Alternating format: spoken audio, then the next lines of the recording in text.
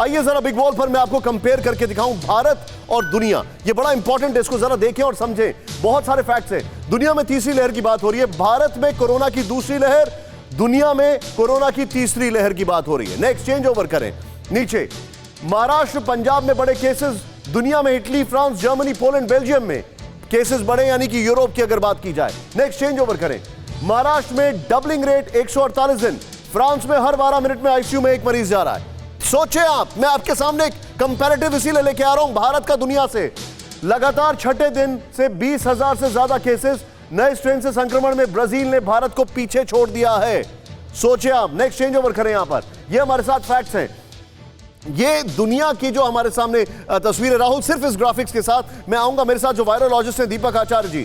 दीपक जी, एक अच्छी खबर यह है कि भारत में CFR यानी केस फैटेलिटी रेट जो है वो सिर्फ 1% है अभी, और बल्कि उससे भी कम। मतलब यहां पर लोग मर नहीं रहे, लेकिन क्या वो अपने आप में पर्याप्त है कहना?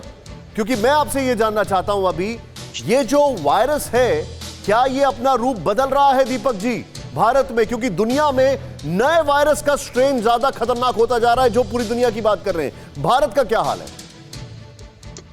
निशान जी, जो CFR की बात कर रहे हैं आप, वो भले ही स्ट्रेन चेंज हो रहा हो, लेकिन CFR इतना ज़्यादा नहीं है किसी भी स्ट्रेन में जितना घातक सार्स कोरोना वायरस 2 दिखा है। उससे ज़्यादा तो कहीं पे भी कोई ऐसे केसेस नहीं आए या नए स्ट्रेन से इतने घातक हुए हैं।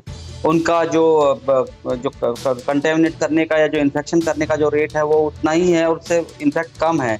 सिम्टम्स सारे उसी तरह के हैं, और चेंज करने का ये जो बार बार इसके जो जीनोम है, इसका जो सीक्वेंस है वो बार बार बदलते रहेगा, ये इसका नेचर है। सवाल ये है कि सबसे इम्पोर्टेंट ये होगा कि कितने जल्दी और कितने आसानी से इसका सीक्वेंसिंग हो पाएगा, और वो बहुत चैलेंजिंग टास्क है। जब तक सीक्वेंसिंग नहीं होगा, जैसा मुझसे पहले एक डॉक्टर साहब ने बताया कि अभी कोई इसके बारे में ज़्यादा जानकारी नहीं है, किसी को भी इस वायरस के सारे टेक्निकल नो हाउस के बारे में नहीं मालूम कि कैसे एक्ट करता है, कैसे रिएक्ट करता है, और क्या होने वाला आगे। तो सारी जो पॉसिबिलिटीज़ और अभी तक जो हमारा एक्सपीरियंस रहा है, अब तक जो वैक्सीन्स बनी है निशान जी, वो ये समझ लीजिए इससे पहले जो वैक्सीन बनी थी, उस कोई एक वैक्सीन जो सबसे कम समय में बनी थी वो 10 साल में बनी थी।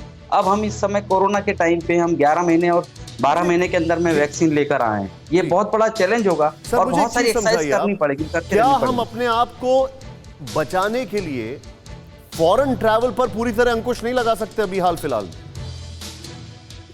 अंकुश तो बहुत सारी चीजों में लगाना पड़ेगा निशान जी, सिर्फ एक चीज नहीं है। यानी हम देख रहे हैं अभी अहमदाबाद में क्रिकेट मैच हुआ है, 50,000 पब्लिक वहां पर ग्राउंड पर बैठी। मैं आ रहा हूं सर, मैं उस पे आ रहा हूं, मैं उस पे आ रहा हूं दीपक जी। लेकिन मेरा आपसे, देखिए आप वायरोलॉजिस्ट हैं, मैं आपसे सवाल इसलिए पूछा हूं क्योंकि पूरी दुनिया में जो नया स्ट्रेन है वो कहर बरपा रहा है। भारत में उसका इंपैक्ट इतना नहीं हुआ है क्योंकि भारत अभी भी शील्डेड है, लेकिन भारत में थोड़ा देर से होता है। तो क्या हमें फॉरेन ट्रैवल को फिर से नहीं रोक देना चाहिए?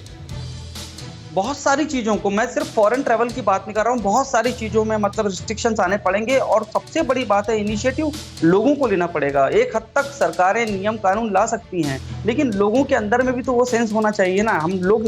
हमने क्यों नहीं समझा? 1 साल हो गया, हमने वायरस के बारे में अब तक क्यों नहीं समझ पाए? कितने सारे शोज कर चुके हैं हमने, इस क्यों नहीं लोग समझ पा रहे? सही बात कर रहे। फिक्र आपकी, सोमवार से शुक्रवार रात 9 बजे सिर्फ TV9 भारतवर्ष पर।